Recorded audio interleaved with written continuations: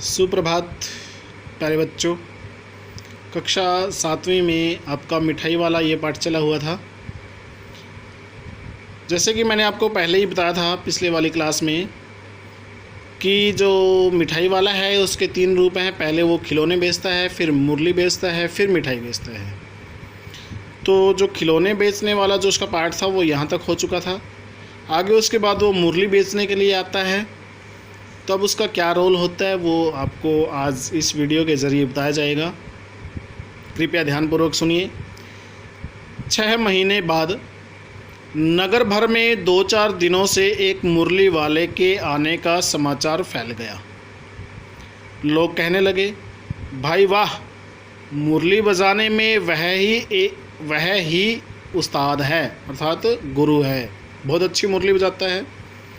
मुरली बजाकर, गाना सुनाकर वह मुरली बेचता भी है, सो भी 2-2 पैसे में। भला इसमें उसे क्या मिलता होगा, अर्थात उसकी क्या कमाई होती होगी? कुछ भी नहीं। मेहनत भी तो न आती होगी, उसकी जो मेहनत है वो भी पूरी नहीं होती होगी। एक व्यक्ति ने पूछ लिया, कैसा है वह मुरली वाला? मैंने तो उसे देखा नहीं। उत्तर मिला, उम्र तो उसकी अभी तक अधिक नहीं होगी, यही कोई 30-32 वर्ष का होगा। दुबला पतला गोरा युवक है। बीकानेरी रंगीन साफ़ा बांधता है, अर्थात बीकानेर में जो लोग बांधते हैं उस साफ़े को रंगीन साफ़ा मतलब पगड़ी होती है, वही पगड़ी वो अपने सिर पर बांधता है। वही तो नहीं जो पहले खिलौने बेचा करता था। क्या वह पहले खिलौने भी बेचा करता था? हाँ, जो आकार प्रकार तुमने बतलाया उसी प्रकार का वह भी था, तो वही होगा। पर भाई वह है एक उस्ताद, अर्थात बहुत अच्छा व्यक्ति है, बहुत अच्छी मुरली बजाता है। बच्चे उसको देख करके बहुत अधिक प्रसन्न होते हैं। प्रतिदिन इसी प्रकार उस मुरली वाले की चर्चा होती। प्रतिदिन नगर की प्रत्येक गली में उसका मादक, मनमोहक, कोमल, मृदुल मतलब कोमल स्वर सुनाई पड़ता। बच्चों को बहलाने वाला मुरलिया वाला। रोहिणी ने भी मुरली वाले का यह स्वर सुना। तुरंत ही उसे खिलौने वाले का स्मरण हो आया। स्मरण मतलब ध्यान, यानी कि याद हो आया। उसे खिलौने वाले की याद आ गई। उसने मन ही मन कहा, खिलौने वाला भी इसी तरह गा गा कर खिलौने बेचा करता था। रोहिणी उठकर अपने पति विजय बाबू के पास गई। ज़रा उस मुरली वाले को बुलाओ तो चुन्नू मुन्नू के लिए ले लूँ। क्या पता यह फिर इधर आए न आए। वे भी मतलब चुन्नू और मुन्नू जो हैं, ऐसा लगता है कि वो पार्क में खेलने के लिए निकल गए हैं। विजय बाबू एक समाचार पत्र पढ़ रहे थे। उसी तरह उसे लिए हुए वे दरवाजे पर आकर मुरली वाले से बोले, क्यों भाई, किस तरह देते हो मुरली?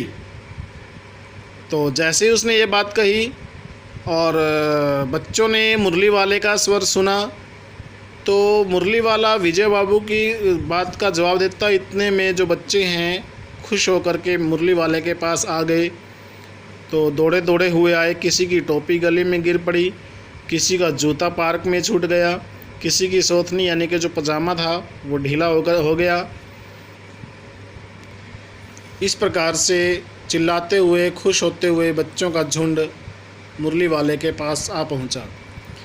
एक स्वर से सब बोल उठे, हम भी लेंदे मुरली, हम भी लेंदे मुरली, अर्थात हम भी मुरली लेंगे।